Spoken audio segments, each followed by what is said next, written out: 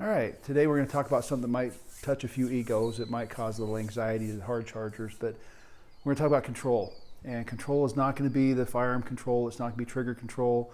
It's not going to be grip. What it's going to be is control of the situation. Whatever situation you're put in as a concealed carrier, no matter where you're at, if you're in a store, if you're at home, whatever happens, you need to put in your mind, you are not in control of the situation. Take an instance, this picture right here. Are you in control of this? If you're in the store, this person purchases something, pulls a gun. Are you in control of that? No, you're not in control of that. What you're in control of is your response, your training, you're in control of your actions and your reactions to what happens. You're not in control of the situation. Just like in SWAT, if we go to a SWAT call, we pull up on the house, are we in control? If we were, we just walk up the door, knock on the door, tell the guy put the gun down, come on out. It's over because we're in control. Same as you. If you're in this situation, you're in control of it. You're going to look at her and say, put the weapon down. She will, and she'll comply because you're in control. You are not in control of the situation that's happening. You're in control of your response, your emotions, your training. Everything you have up to that day, you are in control of that. You're just not in control of the actual given situation. School shooting, an active shooter in a store, a mall, wherever you're at, you are not in control of that situation, but you are in control of how you respond to it. And to gain that control is you have to gain control of your emotions, and that's through training. You have to gain control through your firearm and how well you handle it. You're in control of your emotional response. So whatever training you do, part of that needs to be emotion training and mental training. You have to prepare yourself for these things every given minute of the day. If you're going to carry this weapon is not it's not an accessory, it's not jewelry, it's not to make yourself look cool, it's not to even make yourself walk around and think, I'm invincible because I have a gun. It's a tool. It's a tool to be used if you train with it. I'm not a carpenter, and you'll be able to see this when I get over here, one of the drills I'm going to show you at the range. I'm not a carpenter. I haven't trained with those tools. Where there's carpenters out there that are phenomenal because they train every day with their given tool. If you're going to carry this around as a tool, you need to train with it every day. And just remember, the situation you are not in control of. You're in control of your response to that situation. Before we get moving, I'm going to show you again. This is a blue gun. I've used it before in a couple of my videos. This is not a firearm. It never will be used as a firearm. It's a training tool. So if I do aim it at the camera, it is not a firearm being aimed at a person. So what we're going to do is we're going to talk about, right now I'll give you a quick drill at the range. One of the things I don't want you to do anymore at the range is to stand here, get your feet shoulder width apart, get yourself that position, take the deep breath, reach down, get that master grip, pull the weapon out, put it up, put your sights right on target, and press the trigger. Those days of training are over. That is your initial training when you're first starting out. You're first getting used to your weapon and you're getting used to your shots and you're getting your marksmanship down. Once you've got that, we're going to move on to realism. This is going to be realistic. What I want you to do, when you first start doing this, some people at the range will look at you like you're a little weird. Some people will get a little bit nervous. Some people look at you, smile, and nod their head because they're doing the same type of training. First thing you're going to do is when you draw this weapon, I want you to learn how to move. Get these feet from being planted on the ground. You're not growing roots at the range. So when you get to the range, no matter where you're at, if you're standing here, whichever direction you're facing, whichever way you're getting ready, your target's here, you can start in any position. That master grip, turn to face your target, out it comes, take that step to the side. Put rounds on target. Before you holster that weapon up, you can bring it back, you can leave it out, you can go to low ready. I want you to check around every time you shoot. Before you holster up, check your six. People have a habit of coming up, and what they'll do at the range, they'll get themselves all ready, they'll take that deep breath, draw the gun, they'll fire, they'll put the gun away as fast as they can. And then they look at their target to see if they hit target. You don't know what's coming behind you. In this situation, does she have a friend? Is that her friend? Is there a friend around the corner? We don't know. You don't know. If you have to use your firearm in a situation like this, you got to make sure there's nobody else in the game. Never put that weapon away so quick. If you practice at the range, the weapon comes out, you shoot, you practice putting it away as quick as you can, you don't know what's going on around you. You're going to have to redraw that firearm and go to work. So always check your SIGs. Before you put that weapon away, check your SIGs. So at the range, when you draw, take that step. Fire a couple rounds off, check your SIGs, look around, put the weapon away if you need to. If you need to keep the weapon out, keep the weapon out. Practice going both sides, right or left. You can even practice taking a step forward or taking a step back.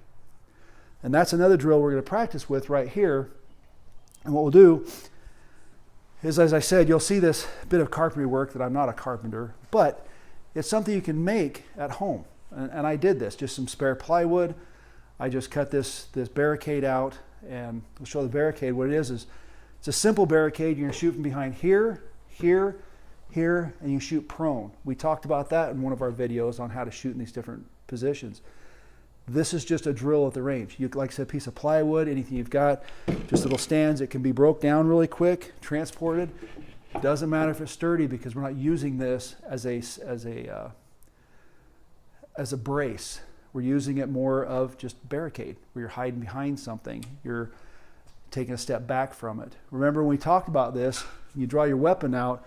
If you're behind cover, we're not right up here like this using this. We're back behind the cover and firing from this position, because then we can see more around us. So just if you have a tall thing, you can actually stand up a little bit, fire over the top of it, move on the side. You can move over, shoot low, but get below this as cover, and that's your practice. Okay. So one of the drills you're going to do at the range, when you get there, you start out about 10 to 15 yards back. Take a run at this target. Run as fast as you can, as fast as you want, but run up to it and get about 4 feet away. This is going to be a 4x4 drill. This is going to go around this barricade. This is where you bring in family or friends. What they'll do is they'll take your magazines. It's a 12-round drill. They'll load 12 rounds up in 2 magazines. Doesn't matter. It could be 9 rounds in one magazine, 3 in another. It could be 6 and 6, 8 and 4, whatever you want to do. But have your kids, your family, everybody else play with it, and just put rounds in your magazine. You pop it in your weapon. You don't know how many rounds are in it. So when you get to this position, your spare mag will be wherever you want to hold it. When you get to this position, you run up the 10 to 15 yards. When you get within the 4-foot mark, you're going to draw your weapon out, and you're going to move forward. As you're moving forward, you're going to fire 2 rounds. As you get past this, you'll start making the right hand move, and you're going to fire 2 more rounds. Then as you're moving, get past this, you start moving backwards. Say whoever it was loaded 4 rounds. Slide lock. What you're going to do at that point is you're going to hurry up and get behind the barricade as cover. You're going to drop down behind cover. You're going to reload. You're going to come up over the top. You'll fire 1 round. You come to this, fire 1 round. You get low and fire 1 round. And you're going to go prone and fire 1 round. Then you're going to come up. You're going to get back to where you left off. You'll move backwards, fire 2 rounds. Behind the barricade, move left, fire 2 rounds. Assess your area and reholster. 12-round drill. It's something simple to make at home. First thing you do when you get to the range, you practice that moving right or left, fire 2 rounds at the target. Always move. Then when you're moving on from that position, put this up. Something like, you can even use a pallet. Do the same thing with a pallet. Just grab a pallet, put a piece of 2x4 behind it. It's a barricade. Shoot over the top, shoot over the side, get low, shoot prone. Just shoot 4 rounds around the barricade. Anything you want to make or take up to the range with you that you need. Run about 10 or 15 yards, run up, 2 rounds, going forward, going right, going back, going left. Have somebody load your magazines up or you'll run out of ammo. When you run out of ammo, get behind the barricade, reload, and come up firing from the barricade. When you're done those 4 rounds, go back to where you left off and continue firing. What you want to do is time yourself. See how long it took you, the quality of shots you put on, and see if you can increase your time. I don't want you running through these. I just want you moving through them. But it's going to depend on how quick you can get behind cover and how quick you can reload. But again, we'll go back to the point of this is just a practice at range. We'll do this during one of our classes. We'll have a lot of this work We'll do a lot more of the standing barricade. I have a few of those we're going to put together. Scrap wood. Go to your building sites, go find some wood laying around, ask the people who are building if they have scrap wood piles. They'll tell you they have scrap wood, they tell you what you can take it, build things. Build different things for your range training. Because you come to my class, that's what you're going to be using is some of these things, and then you're going to go about your day, you're going to go back to your range, and you'll need to practice these things. A simple build, it doesn't cost anything to put it together. But just practice moving and shooting. Like I said, go back to the original. We don't have control of a situation. We have control of our response. We don't always have control of the outcome. We'll try to have control of the outcome. Sometimes it doesn't work so well, sometimes it does. In a situation like that target I showed you, you can purchase these targets at pretty much any target shop, but there's an innocent person standing behind her. You got to know your backdrop. You got to know what rounds you're putting down range, where they're going. You got to know the capability of your firearm, your ammunition, and your personal capabilities. So remember, you don't have control of the situation. You have control of the response. You have control of your emotions. You have control of your training. And those all count. So keep your head on a swivel, and I'll see you next time.